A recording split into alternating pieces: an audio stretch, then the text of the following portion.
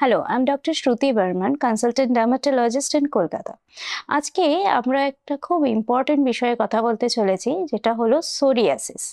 Psoriasis এক রকমের চর্মরোগ বা স্কিন কন্ডিশন, যেখানে আমাদের ইমিউন সিস্টেম আমাদের স্কিন সেলসের এগেনস্টে কাজ করতে শুরু করে। আমাদের স্কিন সেলস একটা রেটে গ্রো করে, যাই জন্য we have a smoother and softer skin. But যখন এই ইমিউন সিস্টেম আমাদের এগেনস্টে কাজ করতে শুরু করে, তখনই এই সেলসগুলো, এই স্কিন সেলসগুলো 2 or 3 টাইমস এক্সট্রা তাই মাল্টিপ্লাই করতে শুরু করে, আর তখনই হয় সোরিয়াসিস। সেই ক্ষেত্রে কি হয়, যখন স্কিন সেলস খুব দ্রুত মাল্টিপ্লাই করতে শুরু করে, তখন কয়েকটা স্পেসিফিক সাইটসে, যেমন হলো নিজ বা এলবো বা বলুন আপনার যে ট্রাঙ্ক এরিয়া, বডি এরিয়া, ওইখানে স্কিন জড়ো হতে শুরু করে। আর এই স্কিন জড়ো হতে হতে ওইখান থেকে খোসখোস বেরোতে শুরু করে। এটাই হলো সোরিয়াসিস। সোরিয়াসিস শুধু স্কিনই নয়, স্ক্যাল্পকেও এফেক্ট করতে পারে। যেমন আমরা দেখি খুশকির সময় আমাদের মাথা থেকে খোসখোস বেরোয়, সেইভাবেই সোরিয়াসিস ক্ষেত্রেও কিন্তু সেরকম মাথা থেকেই খোসখোস বেরোয়, কিন্তু সিভিয়ার অ্যামাউন্টে। তাই জন্য সবসময় বলা হয়, যদি কোনো ড্যান্ড্রাফ কন্ডিশন কোনো অ্যান্টি ড্যান্ড্রাফ শ্যাম্পু থেকে ট্রিটেড হচ্ছে না, তো সবসময় কিন্তু ডার্মাটোলজিস্ট থেকে কনসাল্ট করানো উচিত, কেন কি সোরিয়াসিসও কিন্তু সেই ক্ষেত্রে একটা ডায়াগনোসিস হতে পারে। তাছাড়া সোরিয়াসিস আমাদের জয়েন্টসকেও এফেক্ট করতে পারে, like mainly small Joints effect করলে যেটা হয়, জয়েন্টগুলো সোয়েলেন হয়ে যায়, ফুলে যায়, লাল হয়ে যায়, ব্যথা করে, প্লাস হচ্ছে ওইখানে একটা স্টিফনেস চলে আসে। এইভাবে জয়েন্টসও কিন্তু সোরিয়াসিসে এফেক্টেড হতে পারে। তাছাড়া যেটা এখন রিসার্চে দেখা যাচ্ছে, যে psoriasis highly associated with metabolic disease. Metabolic disease বলতে, যে মানুষ যারা হচ্ছে ভীষণ হেভি ওয়েট আছে, ওবিসিটি আছে যাদের, বা ধরে নিতে পারেন যাদের হাইপার টেনশন আছে, হাই ব্লাড প্রেশার আছে, বা সুগার আছে, এই সমস্ত সমস্যা যাদের হয়ে থাকে, তাদের ক্ষেত্রে কিন্তু সোরিয়াসিস হওয়ার চান্স কিন্তু এক্সেসিভলি বেশি। তো সেই ক্ষেত্রে এই ব্যাপারগুলো কিন্তু পয়েন্ট মাথায় রাখতে হবে। সোরিয়াসিসের সাথে আর একটা সমস্যা খুব ভাবে জড়িত, যেটা হলো ডিপ্রেশন। কেন কি আমরা জানি সোরিয়াসিসে সারা গায়ে খোসখোস বেরোয়, তো সেই ক্ষেত্রে যখন এই খোসগুলো বাইরের লোকে দেখতে পায়, সেই ব্যাপারটা নিয়ে কিন্তু বিশালভাবে পেশেন্ট ডিপ্রেসড হয়ে যায়। এই জিনিসটা একটা, সোরিয়াসিস এক রকমের স্কিন কন্ডিশন যেটা ফেরত আসে বারে বারে। তো সেই ক্ষেত্রে একটা ডিজিজকে নিয়ে কন্টিনিউয়াসলি চলাফেরা করা, এই ব্যাপারটা ভেবেই কিন্তু পেশেন্ট ডিপ্রেসড হয়ে যায়। তো ডেফিনেটলি ডিপ্রেশন, অ্যাংজাইটিও কিন্তু এক রকমের সমস্যা, যেটা সোরিয়াসিসের সাথে অ্যাসোসিয়েটেড। তাছাড়া কি কারণ সোরিয়াসিসের? সব থেকে বড় কারণ হচ্ছে জেনেটিক্স।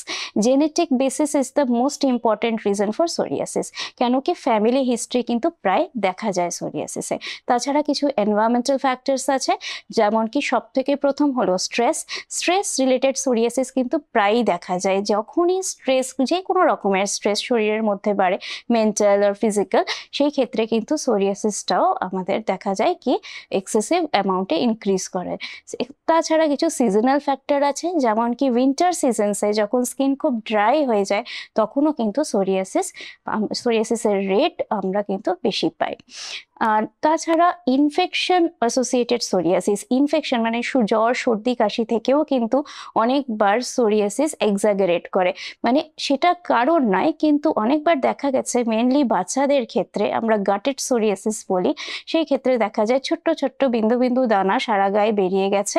আর সবসময় প্রায় পেশেন্টরা বা পেশেন্টের মা বাবারা বলে থাকে যে একটা সর্দি কাশির এপিসোড হয়েছিল, তারপরে এরকম সারা গায়ে ডট ডট রেড ডটস হয়ে এসছে, তার থেকে খোসখোস বেরোচ্ছে। তো সেটাও কিন্তু এক রকমের সোরিয়াসিস।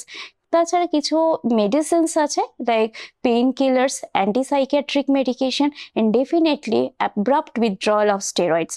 কয়েকটা পেশেন্ট আমাদের কাছে এসে, যারা কোনো কারণে স্টেরয়েডস নিচ্ছিলেন অনেক দিন ধরে, হঠাৎ যখন স্টেরয়েড বন্ধ করা হয়, তাতে কিন্তু সোরিয়াসিস বিশালভাবে বেড়ে যায়। তো সেটাও কিন্তু এক রকমের রিজন সোরিয়াসিস হওয়ার। And definitely some lifestyle factors like alcohol, smoking, এগুলো কিন্তু বিশালভাবে এফেক্ট করে সোরিয়াসিসকে। ইনফ্যাক্ট সোরিয়াসিস এগুলোর থেকে কিন্তু বাড়ে। আমরা ডিসকাস করব কয়েকটা টাইপস অফ সোরিয়াসিস। মেনলি যেটা আমরা রেগুলার পাই, সেটা হচ্ছে হচ্ছে প্লাক সোরিয়াসিস, যেখানে পেশেন্ট বলে সারা গায়ে থেকে স্কিন খোসখোস ভাবে বেরোচ্ছে, সাদা সাদা হয়ে, প্লাস তার সাথে বিশাল রকমের ইচিং থাকে।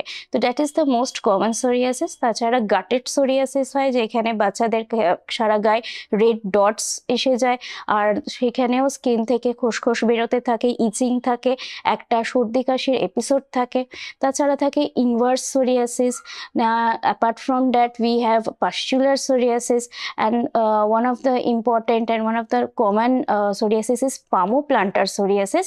palmoplantar psoriasis এ যেটা হয়, দুটো হাতে পায়ে আমাদের বিশালভাবে ফাটতে শুরু করে, সারা পায়ের তলায় বা হাতের ওই পামস এরিয়াতে ওইখানে বিশালভাবে ফাটতে শুরু করে, ব্যথা হয়, চুলকায়। তো সেই ক্ষেত্রে এটাকে একরকমের, এটা হলো palmoplantar psoriasis, এটাও কিন্তু একরকমের psoriasis. Next we will go to the treatment of psoriasis. Treatment কিভাবে ট্রিট করা যেতে পারে? তো psoriasis definitely always seek consultation from your dermatologist, because treatment অনেক রকমের হয় ডিপেন্ডিং আপন দ্য সিভিরিটি, কতটা রেটে কতটা সিভিয়ার সোরিয়াসিস হয়ে আছে।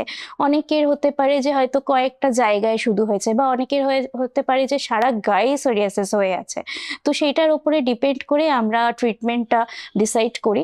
যদি ধরে নেন মাইল্ড ভ্যারাইটি হয়ে আছে, তো সেই ক্ষেত্রে ক্রিমস অয়েন্টমেন্টস দিয়েই কিন্তু অনেকটা ট্রিটমেন্ট করা যায়।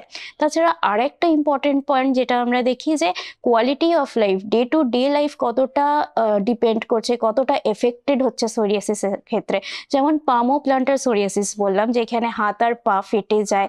তো সেই ক্ষেত্রে কি হয় কি, পেশেন্ট রেগুলার বাড়ির কাজ করতে পারে না, বা যে কোনো কাজ করতে পারে না, হাঁটা চলা করতে পারে না।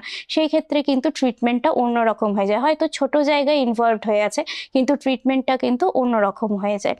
তো ডিপেন্ডিং আপন অল দিস আমরা ট্রিটমেন্টটা করি।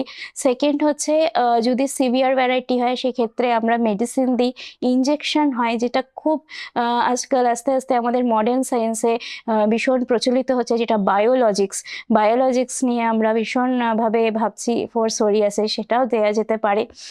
তাছাড়া লাইট থেরাপি দিই, ফটোথেরাপি করি আমরা এটার ক্ষেত্রে। ট্রিটমেন্টের সাথে সাথে যেটা সব থেকে বেশি ইম্পর্টেন্ট হচ্ছে লাইফস্টাইল মডিফিকেশন, বিকজ আমরা জানি অনেক এনভায়রনমেন্টাল ফ্যাক্টরস আছে যেটা সোরিয়াসিসকে কিন্তু ইনক্রিজ করে। তো আমার একটা নিউমোনিক আছে, যেটা সোরিয়াসিসের পেশেন্টসদের আমরা সবসময় বলে থাকি, যেটা হচ্ছে same moisturiser, that is SAME, same moisturiser. S মানে হচ্ছে avoid smoking, S for smoking.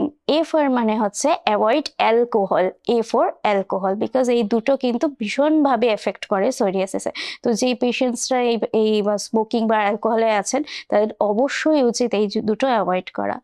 M for is meditation, because one of the factor হচ্ছে স্ট্রেস। তো স্ট্রেস রিলিজ প্রত্যেকের লাইফে স্ট্রেস আছে, so one of the biggest way to get out of stress is meditation. তো definitely লাইফস্টাইলে meditation like yoga practices গুলো কিন্তু আনা খুব important in case of psoriasis patients.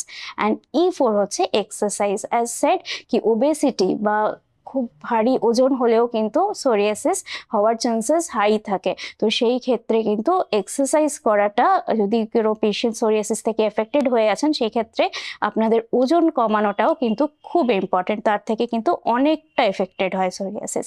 And definitely last but not the least, moisturiser যত skin dry হবে psoriasis অতটাই বেশি হবে। তো একটা ময়শ্চারাইজার রেগুলার আপনাদের শিডিউলে কিন্তু কন্টিনিউ করে যেতে হবে থ্রু আউট দ্য লাইফ, তাতেই কিন্তু অনেকটা সোরিয়াসিস কন্ট্রোলড হয়ে থাকে। তো this is the mnemonic for a better life in case of psoriasis patients. Maintain a healthy life, maintain a healthy diet. And last যেটা আমি সবসময় বলবো, সোরিয়াসিস একটা স্কিন কন্ডিশন যেটা পুরোপুরি জেনেটিকভাবে তৈরি হয়, আর এটা কখনোই কোনো রকমের ইনফেকশন নয়। যখনও কোনো পেশেন্ট এইভাবে আমাদের কাছে প্রেজেন্ট করে যে আমার তো সারা গা থেকে খোসখোস বেরোচ্ছে, তো এই খোসগুলো পড়ছে, তো অন্য কেউ যদি হাত দেয় তার কি হয়ে যাবে? একদমই নয়। সোরিয়াসিস এক রকমের জেনেটিক কন্ডিশন, যেটা পুরোপুরি নিজের শরীরের মধ্যেই থাকে আর শরীর থেকেই বেরোয়। ওইটা কখনো কোনো রকমভাবে কাউকে কাউকে ইনফেক্ট করতে পারে না, because this is not an infection, this is a skin condition. Thank you.